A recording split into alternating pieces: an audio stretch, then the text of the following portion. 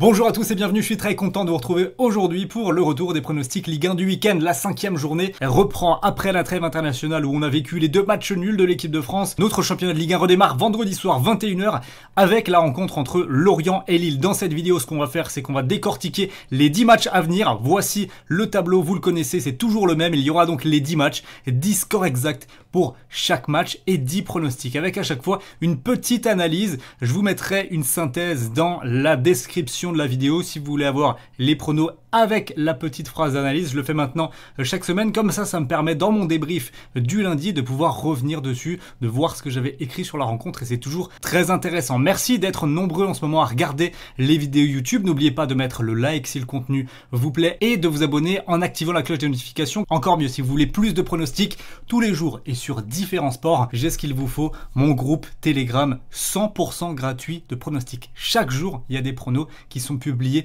dessus. Je vous mets le lien dans la description. Ça se passe sur Telegram, c'est une application de messagerie dans laquelle j'envoie des posts, j'envoie des publications et vous recevez des notifications directement quand j'envoie un prono. C'est instantané, c'est la meilleure manière de suivre mes pronostics. Donc je vous le redis, le lien se trouve dans la description si vous voulez me rejoindre et faire partie de la communauté. Plus de 34 000 parieurs sont actifs sur le groupe. Bon, ça y est, la petite page de publicité est terminée. Maintenant, on va reprendre un petit peu nos matchs de Ligue 1. On va pouvoir analyser tranquillement en commençant par la rencontre entre Lorient et Lille. Découvrez les cotes: 3,65 pour les Lorientais, 3,35 pour le nul, 2,05 pour Lille. Et bien moi, quand je vois ce match-là, je repense à Monaco qui s'était cassé les dents au moustoir il y a quelques semaines, mais c'était quand même une situation bien différente. L'ASM était engagé dans les qualifications à la Ligue des Champions et surtout Lorient est différent aussi puisque ils ont pris 5 de leurs 6 buts encaissés lors des 2 derniers matchs. Lille au contraire a gagné pour la première fois de la saison juste avant la trêve et peut espérer enfin réellement lancer une dynamique positive. Donc je pense qu'ils vont pas rater l'occasion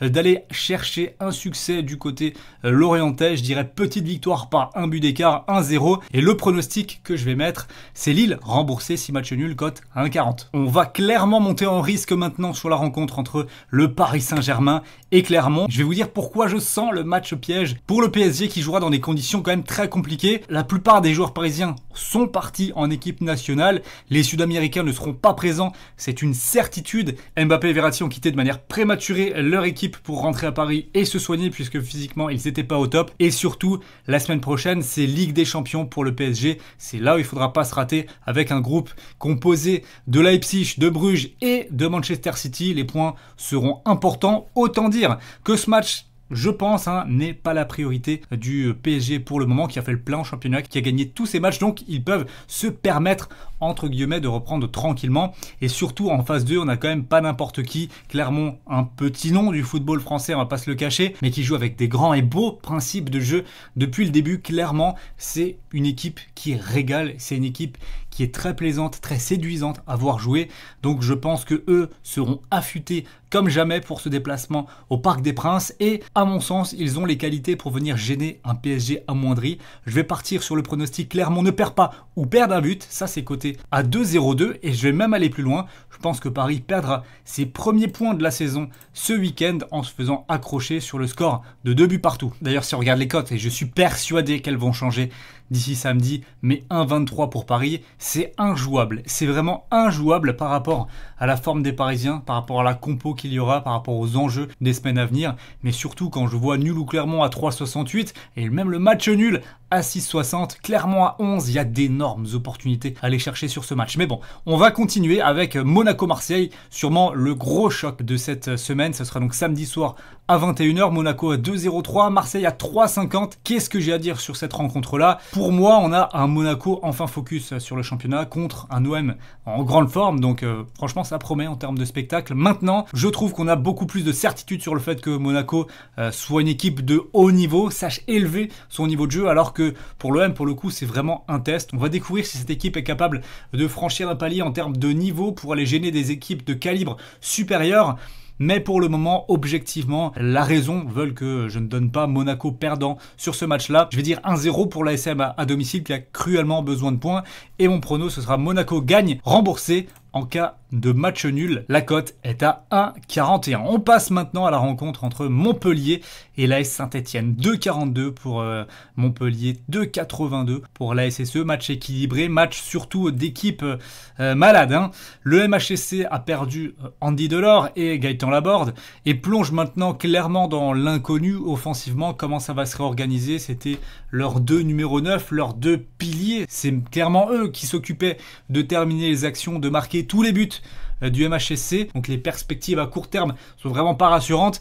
Mais d'un autre côté, on a Saint-Étienne qui n'a toujours pas gagné en championnat et qui est pas convaincant du tout. Donc moi, personnellement, je redoute un match ennuyant le dimanche à 13h. Généralement, je trouve qu'il y a des belles affiches. Et là, ce Montpellier Saint-Étienne est bon a priori. Mais par rapport au contexte actuel, je pense qu'on n'aura pas un très grand match. Et moi, je partirais sur un 0-0 avec en pronostic le match nul à la mi-temps qui est quand même coté à 2,04. Belle cote sur ce match-là. On part maintenant du côté de Rennes qui accueille Reims. Alors là, je suis beaucoup plus optimiste sur cette rencontre-là. C'est un match qui me plaît, je vais vous le dire, puisque là, deux équipes séduisantes à voir jouer.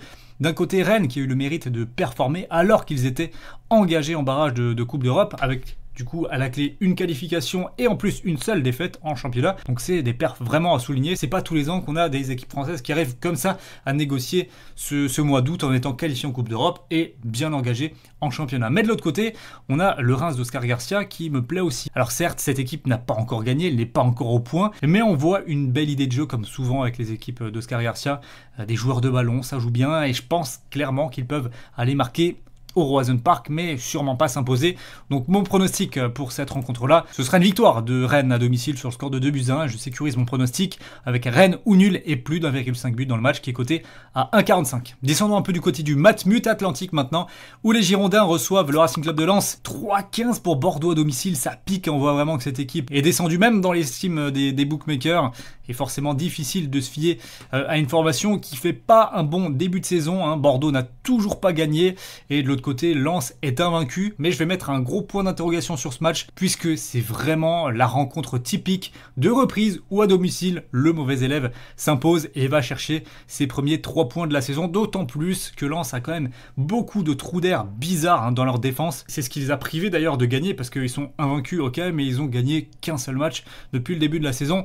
Donc là, je vais partir sur un match très spectaculaire et à la fin, je vois Bordeaux s'imposer sur le score de 3-2 et mon prono, ce sera Bordeaux ne perd pas, Bordeaux ou nul, cote 1,54. On remonte un petit peu du côté de Brest qui accueille Angers, des Angevins complètement bouillants, second de Ligue 1 face à des Brestois brouillons. C'est comme ça que je résumerai le mieux ce match. Alors comme dans la fiche précédente, c'est vraiment aussi la rencontre typique où Brest débloque son compteur de victoire à domicile. Mais j'ai envie que la Dalle Angevine devienne leader du championnat dimanche soir, donc je leur donne une petite victoire 2-1 du côté de la Bretagne, mais quoi qu'il en soit, pour moi honnêtement, je pense que c'est le match le plus difficile à pronostiquer de ce week-end en Ligue 1.